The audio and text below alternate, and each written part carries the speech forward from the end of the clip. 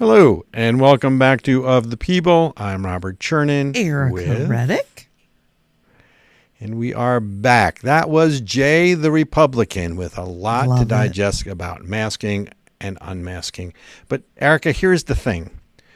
Really, he's speaking to a larger issue, which is the lack of transparency and the political agenda that's really driving everything Biden, right? Let's call it Biden's America.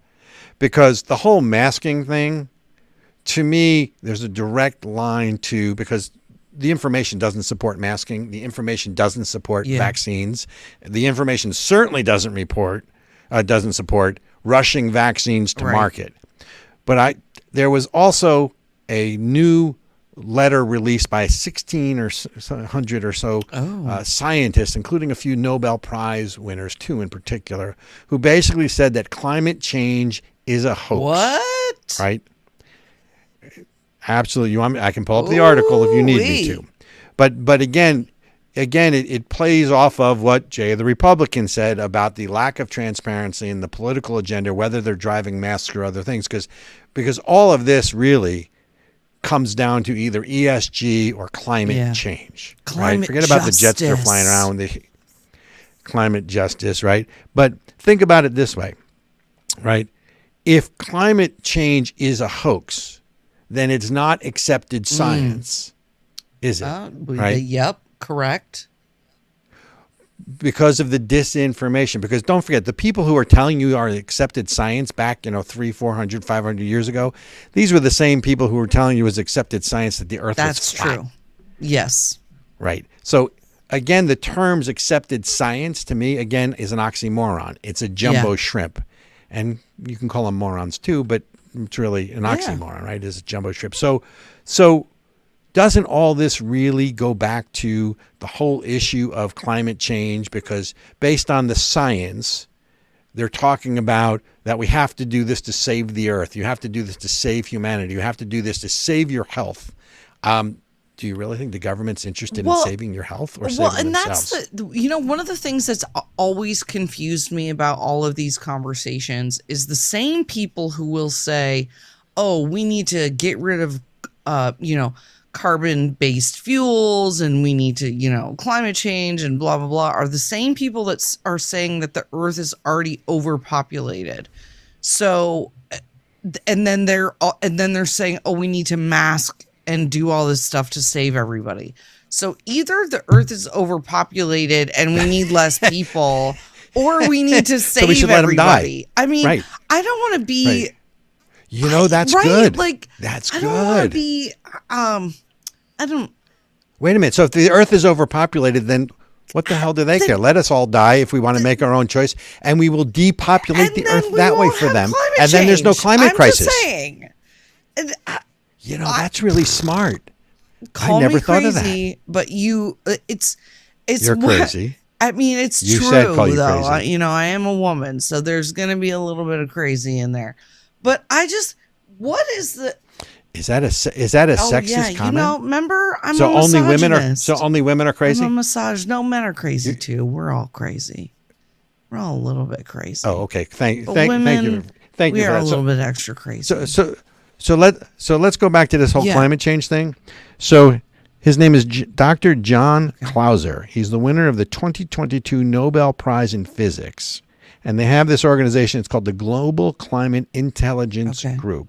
1,609 scientists have signed a declaration stating, quote, there is no climate emergency, and they, quote, strongly oppose the harmful and unrealistic net zero carbon 2 policy being pushed across the globe. And he goes on to say, one last thing, because I like reading stuff, right? He goes on, Clauser goes on to say, misguided climate science has metastasized into massive shock journalistic pseudoscience. In turn, the pseudoscience has become a scapegoat for a wide variety of other unrelated ills.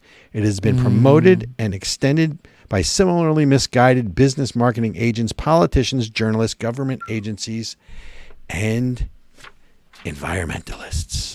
Shocker. Here's my real question. So, Robert, back in the day, in my your day. day. You're talking about old times. When My we day. still rode horse and buggy. No, seriously though. I'm not. No. Yeah, and my rear end is still sore. Rolling. God, my is swollen. Don't you Yeah, remember, okay. like, when was it we were going to reach peak oil? And wasn't, What's yeah, peak oil? remember that peak oil? It was like, oh, we're going to run out of oil. And wasn't that supposed to happen, like, in the 90s? And then... Well, in the 70s, so I lived through the gas rationing. Okay. Right? During the Carter years, where if you were driving, you could only, if your license plate ended with an odd number, you could only buy every other day, and then even the other day. And there was this gas crisis, and people carry out trends ad infinitum. That's the problem, right? Because you were hearing things in the 70s. Well, at this rate, gasoline will cost $4,322 a gallon by the year 2022. By the way, under Biden's America, they're not far wrong, folks. I mean, look at what gas costs you now versus during the Trump years. It's only How's that working for 3.8 you? million, whatever. Right. But yeah, so we live through all of that. Because that's what... I got a better question.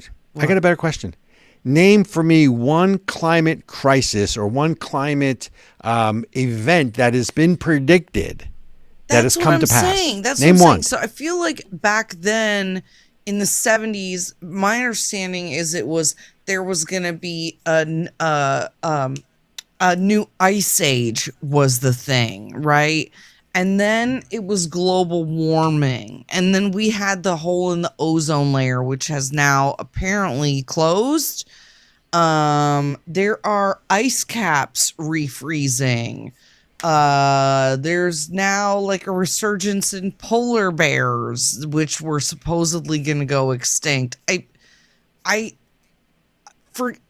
None of it's happened, what I'm has it? like. None. You know what this is? When you were growing up, when you were growing up was way after I was growing up. But when you were growing up, did you ever read any Mother Goose, or did your mother, who I know is there with you, read any Mother Goose to you? Probably. Okay, so you know the one, the sky is falling, yeah. the sky is falling, Yeah. the sky is falling. Well, the sky's been falling, and it continues to be falling. There's nothing new here. Literally. Right? But this is accepted science. Trust the science. Remember that? We went on that rant some shows ago. Well, and I want to say it again. Accepted science are the same, the people pushing it are the same people who are pushing wokeism, who are pushing, these are the same people who were telling you once upon a time the earth was flat and gravity didn't exist until Sir Isaac Newton got hit over the head with an apple. Pluto was a planet. Pluto was, Pluto was a... Wait a minute, I thought Pluto was a dog in Disney. Pluto's also a dog in Disney. Rough, okay? But that rock in the sky has gone from being a planet to not being a planet, I think, like 3 or 4 times in the last decade. What is it now? I don't know what it is now, but like is Uranus still Uranus? Uranus is always Uranus, and the problem is that everybody's got one. And there's still rings around it? There always is. Okay, so science hasn't redeclared. Well, who knows? That. I'm just checking. What? Did you Google it? We may need to Google it. We may not. It may not be anymore. It may be that we need to go settle it and get some consensus with some. Okay.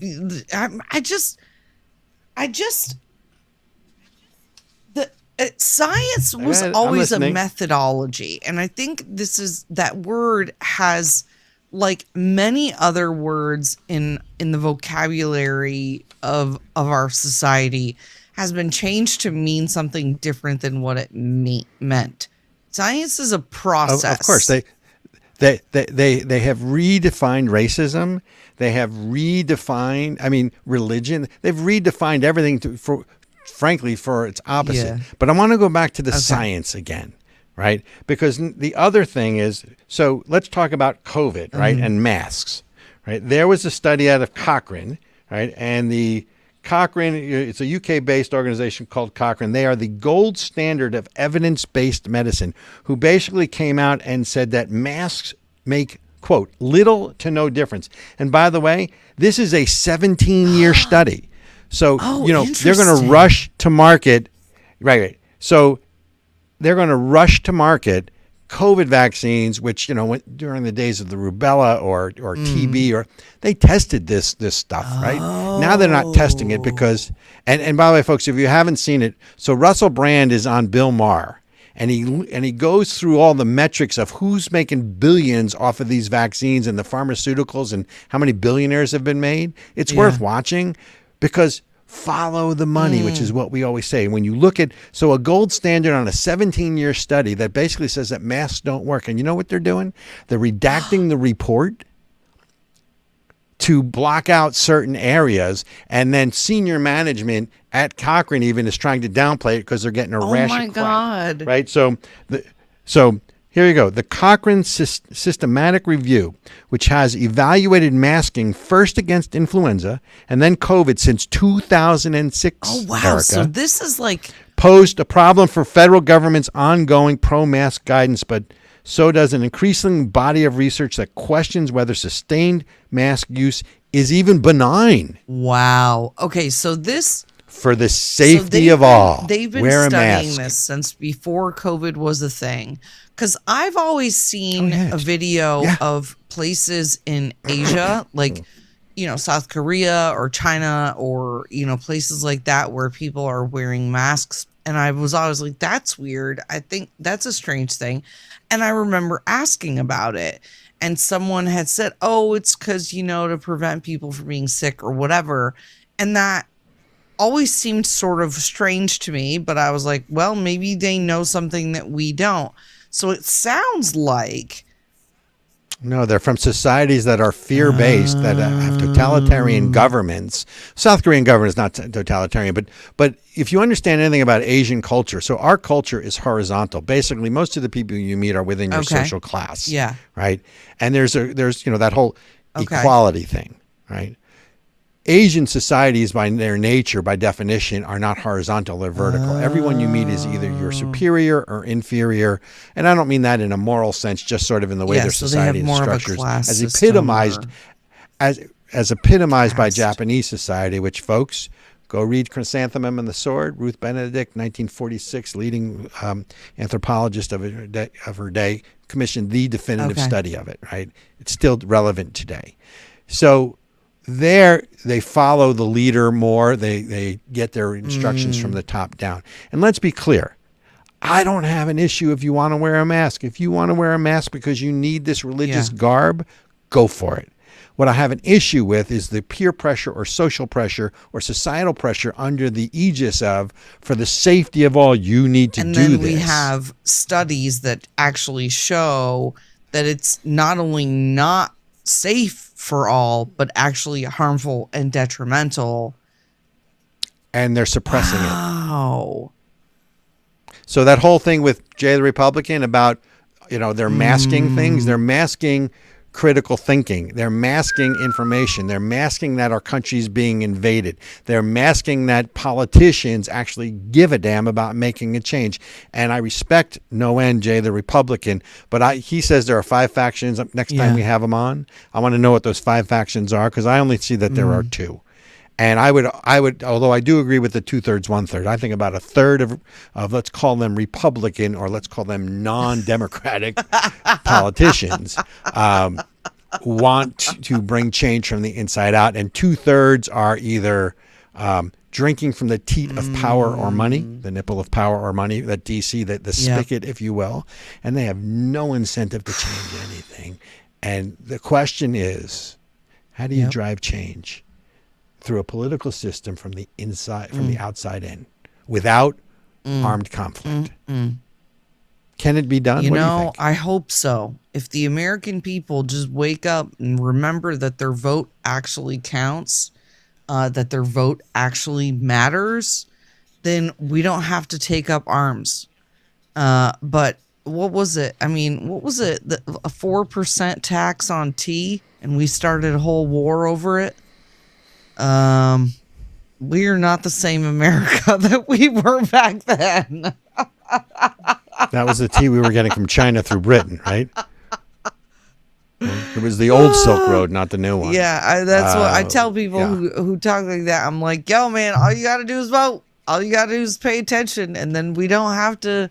Then we don't have to talk about violence. But the more people don't want to participate. And for the record, we are not proposing violence here, but you have to question whether or not change can be driven without it, and that's a quote unquote critical thinking process and is worth talking about, right? It's certainly because we're what's our moniker? We're mostly peaceful. Mostly peaceful. Well, mostly peaceful. It's a fiery peaceful show. Right. There's a reason, la guillotine, right? I mean, sorry, wrong continent, but same concept. So, and maybe it will take something like storming the Bastille. But at the end of the day, things are fighting back. So there's a professor at the University of Southern Maine who was fired because she questioned. So the university, at the height of COVID, the University of Southern Maine imposed a vaccination and mask requirement, and she basically questioned, she said, here's the science I have that doesn't support that, and she was tenured. Tell me, let me see where your science is. So they fired her. She sues, and now the First Circuit, is it the First or the Fourth Circuit? Let me see about this.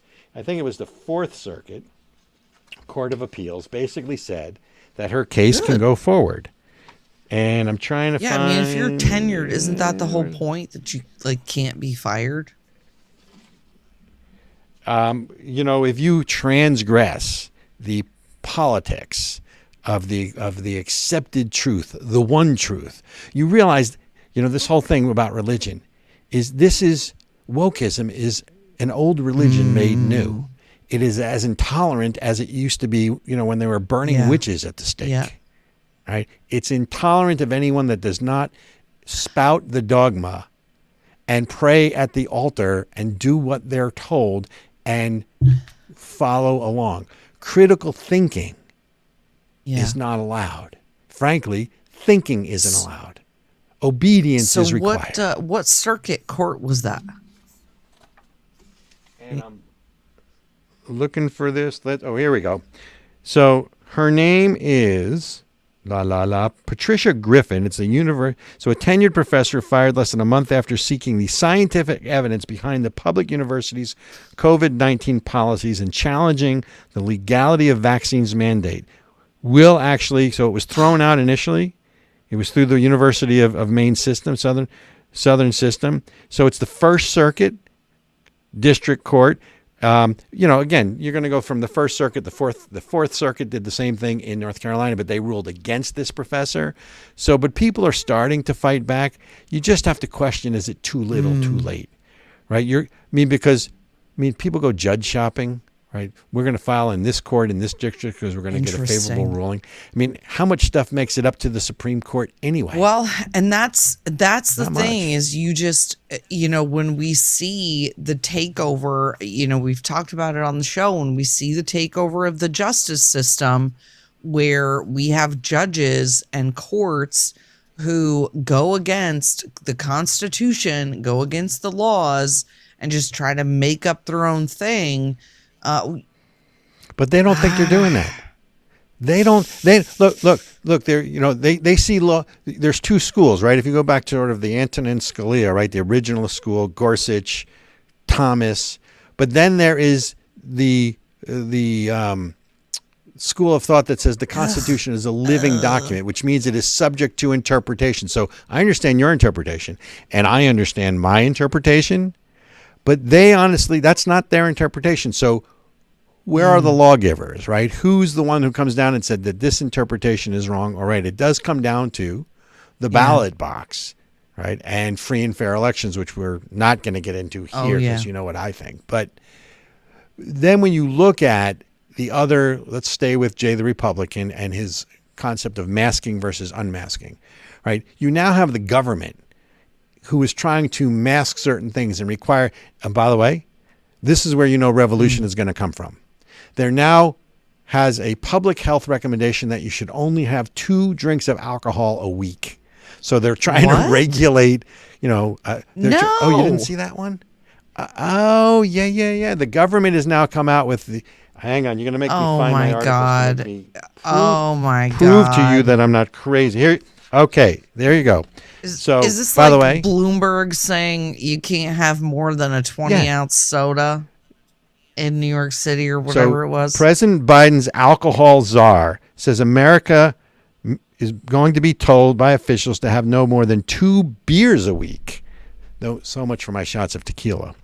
The director of National Institute of Alcohol Abuse and Alcoholism, NIAAA, George Koob, told the Daily Mail on Thursday that the U.S. is going to follow Canada's footsteps on alcohol. You want to know, folks, you want to know where the revolt's coming from? Hey, Bud Light, you ain't seen nothing yet. But right? they're trying to legalize marijuana in the House. Of course. Good. Wait. So wait a minute. So wait a minute. So I was just in Montreal for the weekend. So, the People's Republic of Montreal, and I love Montreal. It's a great city with great people. And I'm a cigar smoker. I freely admit that. I could not, with the exception of 1 or 2 bars that allow it, I could not smoke a cigar within 100 feet of any business establishment. But there were people walking up and down St. Catharines, smoking joints and smoking whatever those those, what do they call those things that they're like the jewels or whatever they are. So, and it smelled like a pot factory. So now you can smoke weed. Schumer put forth that we should legalize nationally marijuana, but cigarette smoke, or in my case, cigar smoke. And now they're going to come after. I mean, look, they're coming after gas stoves, right? They came after exhaustive pizzerias in New York City. They're going after. But I'm telling you, you want to know where revolution's coming from? Limit people to 2 beers a week. No, this is what they want you to smoke weed every day. That's where revolution's coming from. Okay, so they want you to smoke weed every day, so you won't lash out, you won't fight back, you won't do nothing. Beer makes you rowdy. Okay, that cigar. I don't drink beer. Does it make you rowdy? Makes you rowdy. Oh my God, Robert! I thought it was a depressant. I thought it was a depressant. My brain hurts. Hey, so here we have to go to break, but here's what I would say. I think that they should limit. I think there should be no alcohol. We should bring back prohibition, because I think the country would run way better under organized crime than it is against Biden's crime family. And we're going to leave you folks with that thought, and we're going to break to make some money, and we will be right back. We are Of the People. You can find us on Rumble. You can find me on Twitter at RB Chernin, and I am at Ericka Redic. Look us up. You'll be entertained. That we guarantee. Absolutely. She's never wrong. Ever. Just ask my husband.